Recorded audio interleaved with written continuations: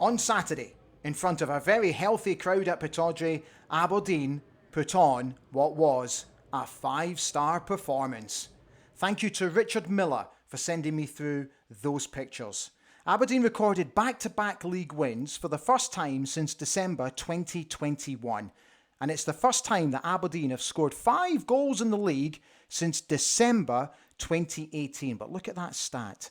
Bojan Majowski now has an 82% shot accuracy rate, and nearly 14,000 of you enjoyed the game on Saturday. So it means, after yesterday's result, that Hearts do go above us, but as you can see, we are still in a very healthy position in the table at this stage of the season. Next up, it's Annan in the Cup tomorrow night. I'll be previewing that show live so that we can get team news, and then it's Ross County on Saturday. This is a recording. This show is not live tonight. I've got family commitments, but I hope that doesn't mean that it spoils any of your fun. So hi, how are you doing? Welcome to the show. Hope you had a great weekend. If you're watching for the very first time, I really hope you enjoy what you watch, and feel free to subscribe to the channel as we continue to build a really good community of fans here. This show is predominantly about you, the fans, and your reaction to Saturday's game. Coming up a little bit later, I've got a very special guest, Dougie Bell, who has just recently been inducted into the Aberdeen Football Club Hall of Fame. He's going to be talking to me about that very subject. It's not to be missed.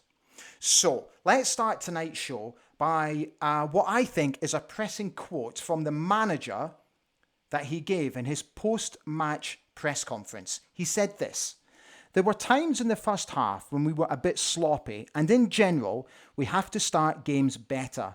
I feel like every game we've played, we've been slow out of the traps, and we have to address that. We didn't get a rhythm early enough. It took us 10 to 15 minutes to get going. I would probably argue it took us about 30 minutes to get going, but that is up for debate. Here's the stats from the game. So we enjoyed 57.6% possession. We had in total 20 shots, of which 6 were on target, and our passing rate was 79.9%, which is very healthy indeed." I'm going to be talking to Richard Wilkinson very shortly. We're going to be chewing the fat about the game.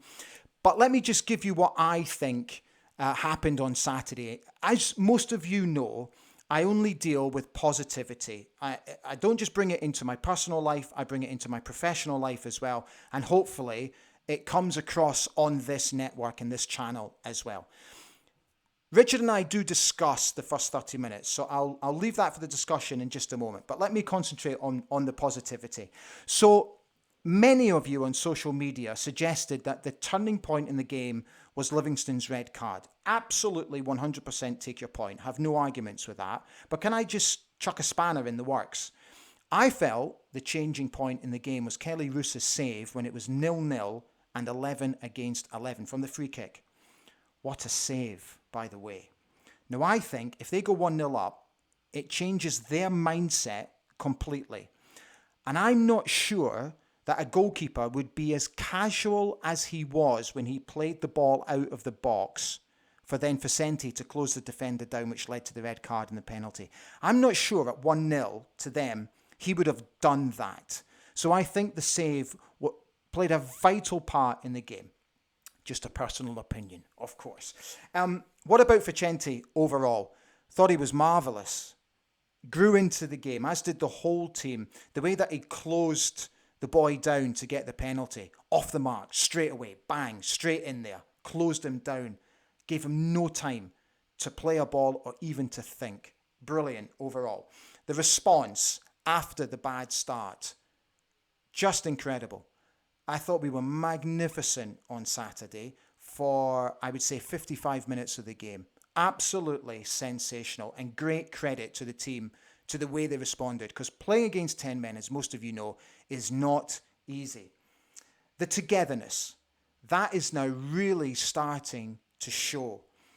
Look at how the camaraderie between the fans and the players after Vicente's goal, just superb. And I actually felt that the Red Shed overall were fantastic, but not just the Red Shed. I sensed from watching from here on Red TV that the whole stadium was buzzing on Saturday, and that's great credit to you, the fans. Okay, as promised, Richard Wilkinson. So he is the admin of a very popular page on Facebook called Aberdeen Football Club, the Beach End Boys, Goodwin Vibration. There's always really good engagement on that page. He's also the owner of Beat 106 Scotland. So Richard and I caught up to have a chat about the game, and we spoke for a good 10 minutes, and this is how the discussion went. Hi mate, good to see you as always, and delighted to get you on after a win instead of a loss. Not half as delighted as I am, let me tell you. It was getting a bit repetitive there. Right, we've got a few things to talk about, but I, as you know me, mate, I don't like to dwell on things that are too negative, but I think it would be ill of us not to talk about the opening half an hour on Saturday, because, in my humble opinion, I thought we were shocking. Oh, I was wondering where you were going with this. I mean, I'd had to sort of go to dog dirt as opposed to dog shocking. That first half hour, 35 minutes wasn't pretty at all. We 11v11, and Jim Goodwin has admitted this himself. 11v11, it wasn't good. I mean, Odibalai, or whatever his name is, he was a handful, and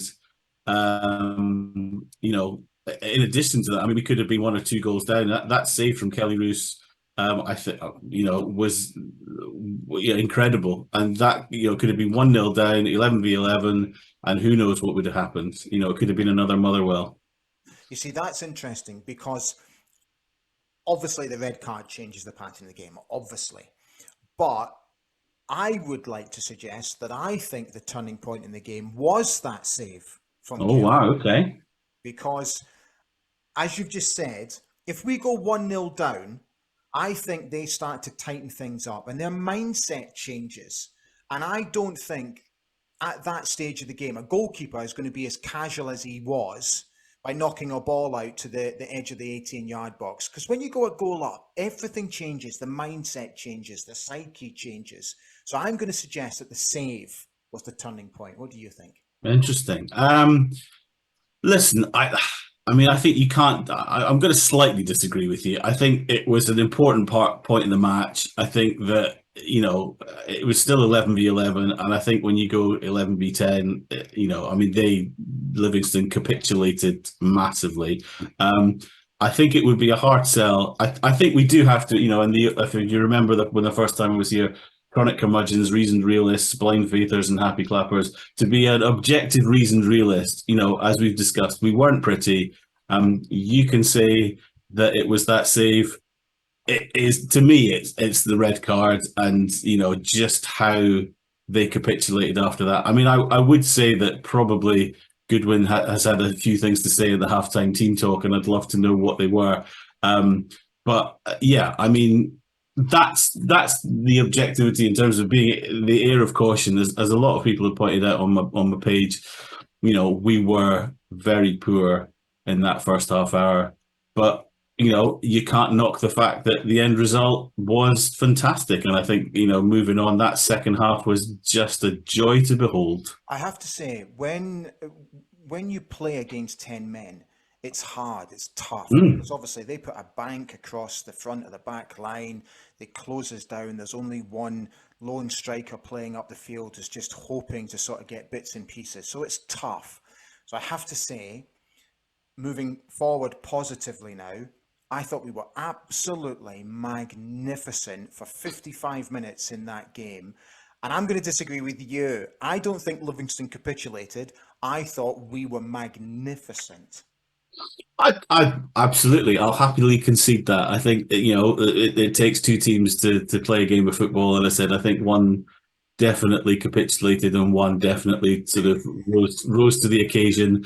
I will happily somewhat concede that. You think of some of the chances. And you think of some of the chances that we had, and even still in the first half, Richardson's chance at the back post from Yeah, a sublime Vinny cross. I mean, all he had to do was just, run that one in. The Miovski chance where he got underneath the ball, and again, all he had to do was just keep on running, and the ball would have just hit off him.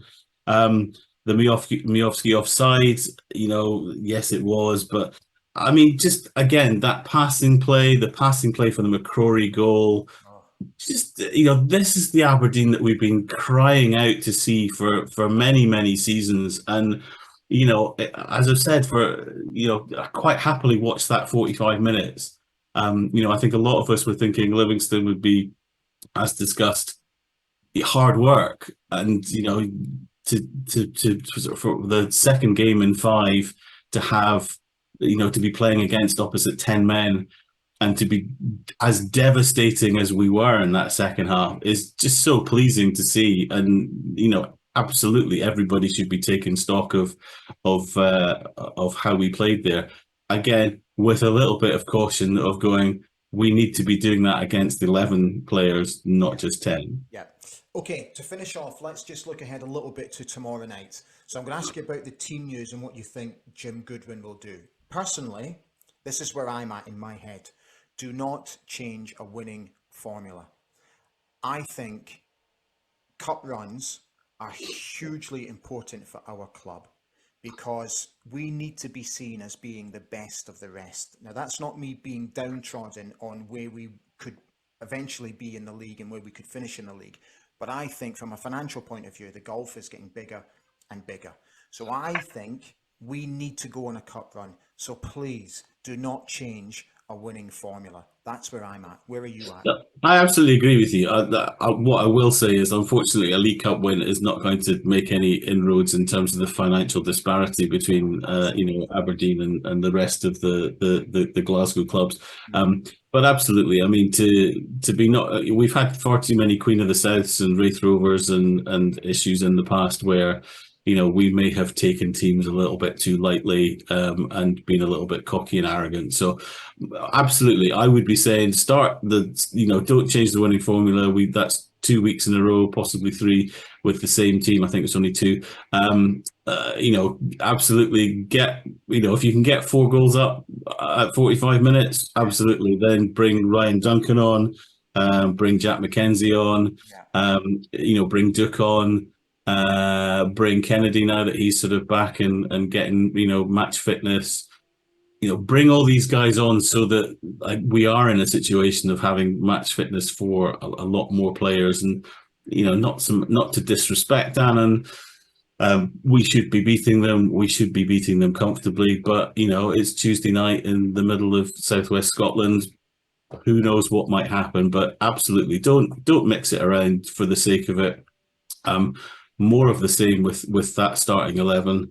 And what I will say in addition to that, and I just wanted to say this, of just going, how good and how, I mean, a lot of people have said this, enjoy Miovski whilst he's here, because if he continues to play that well, he's gonna, I hope, for example, his giving the penalty to Vinny, which was a lovely thing to do. If you had Miovski for a hat trick on your coupon on Saturday, you would have been absolutely gutted. I hope that doesn't, when it comes to the golden boot at the end of the year, I hope that doesn't affect it. I genuinely think he might be up there. He's a wonderful, wonderful player to see, and I just, when he's on the ball, it's the most excited I've been about an Aberdeen striker for I don't know how long, and genuinely it gives me so much pleasure to just be wonderful talking about this wonderful player.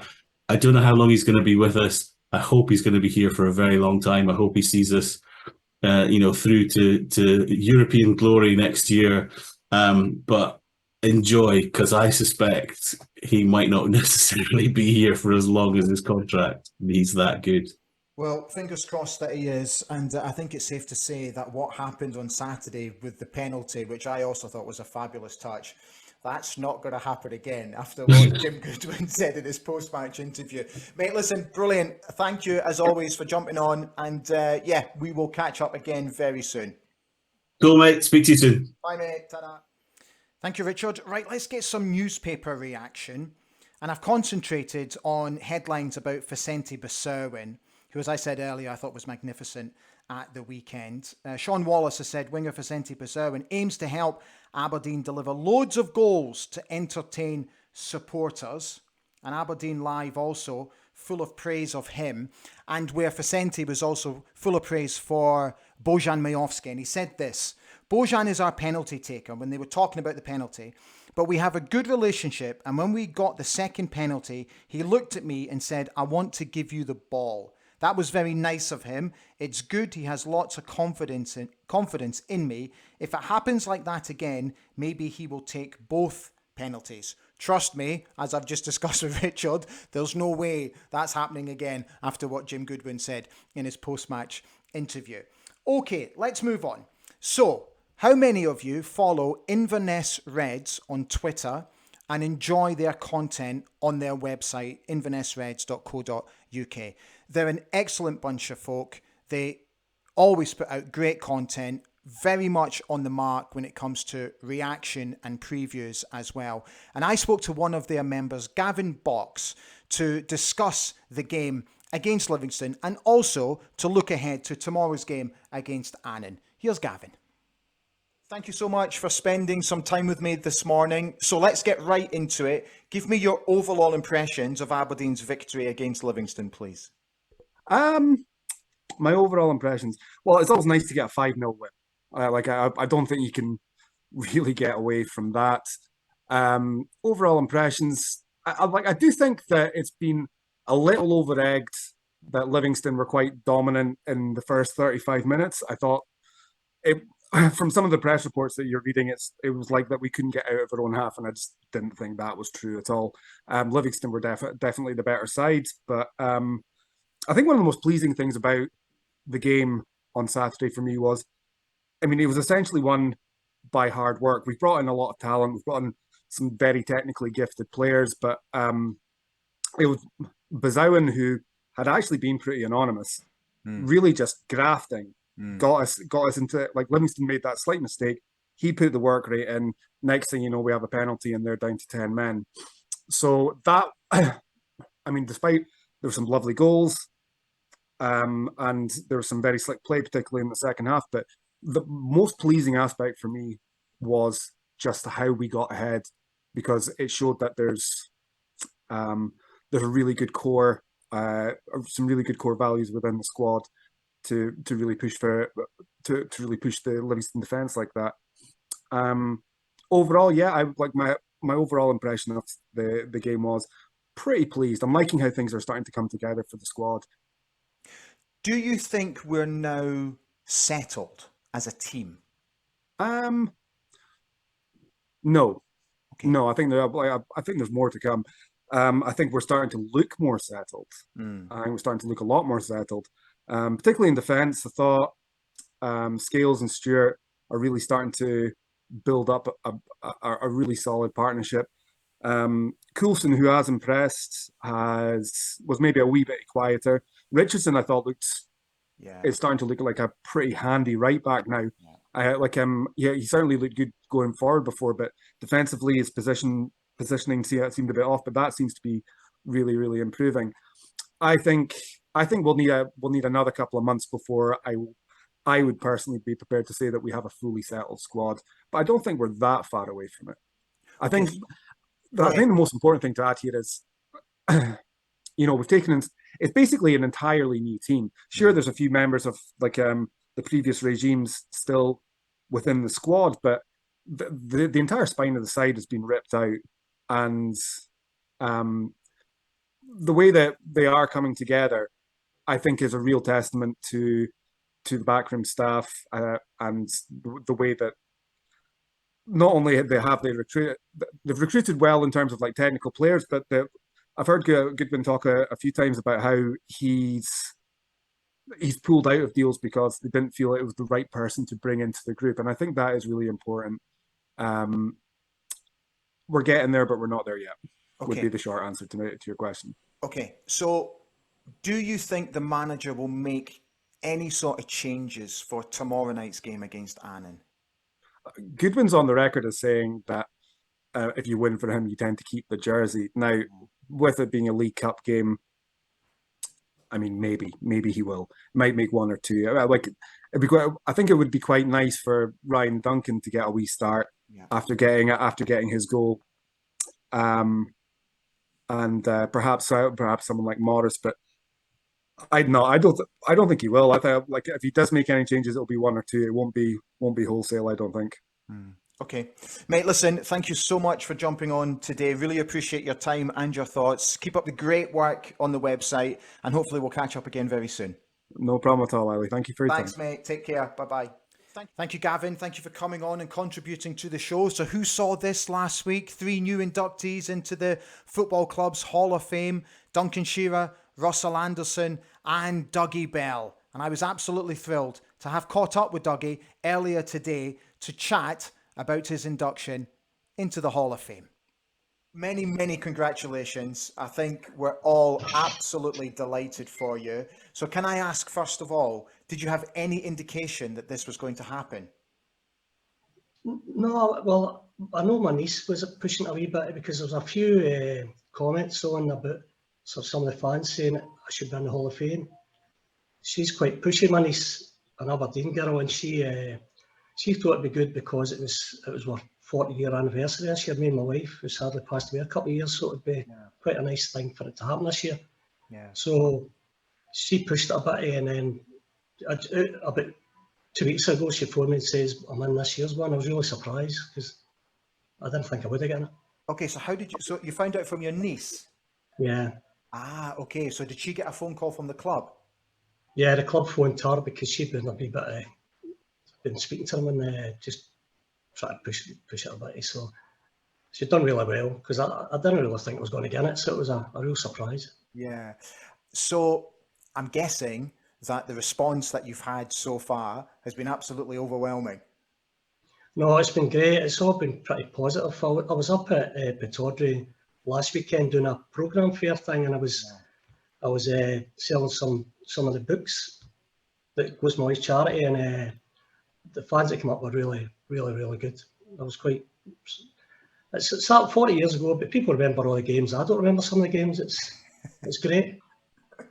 The only thing that's left now, Dougie, and this is just a personal thought, but I do know that it's the thoughts of many other fans out there as well, is that I think it's about time we try and organise for you to get a Cup Winners' Cup winning medal from UEFA. I think for me that would just be the icing on the cake for you. It'd be lovely to do that. Oh, that'd be great. But I think it's great because every time there's a reunion or something, that the fans are great and all the players are great, also including things. So I always can remember the Watershire game, and but it was a great season that year. It was great to be involved in it. All the memories of winning a Cup Winners' Cup. Just unfortunately, I missed the final. Yeah, but you still played a huge part in us getting to the final, Dougie, which is vitally important and will not be forgotten by the fans. Mate, listen, thank you so much for jumping on. It's lovely to see you. And again, many, many congratulations. And I hope we can catch up again soon. Cheers, Ali. Cheers, Dougie. Bye-bye. Bye-bye. Doesn't he look well? So richly deserved. Absolutely thrilled for Dougie and his family, especially after the very sad passing of his wife. It's just so well deserved. One of Dougie's former teammates, Eric Black, is going to be in town at Mary Cooter House Hotel next month. Eric and I are doing a brunch together where you guys can come along, enjoy some trappings of Mary Cooter House Hotel and the lovely food that these guys put on in the surroundings, while Eric and I talk about his career, and then you guys get the opportunity to ask him questions as well. We're not quite over the line with this one yet. Still need to get a few more through the door. So if you want to come along, please feel free, help us. And we're hoping to bring a very special guest to Mary Cooter House Hotel to join Eric on stage as the proceedings merrily roll along. Guys, we are done. Thank you so much for watching. Thank you for your contributions as always. I will be back on Tuesday night, 7 o'clock, 45 minutes before kickoff against Annan, to bring you the team news and the best preview ahead of the game. Thank you. Enjoy your Monday, and I'll see you again on Tuesday night. Take care. Bye for now.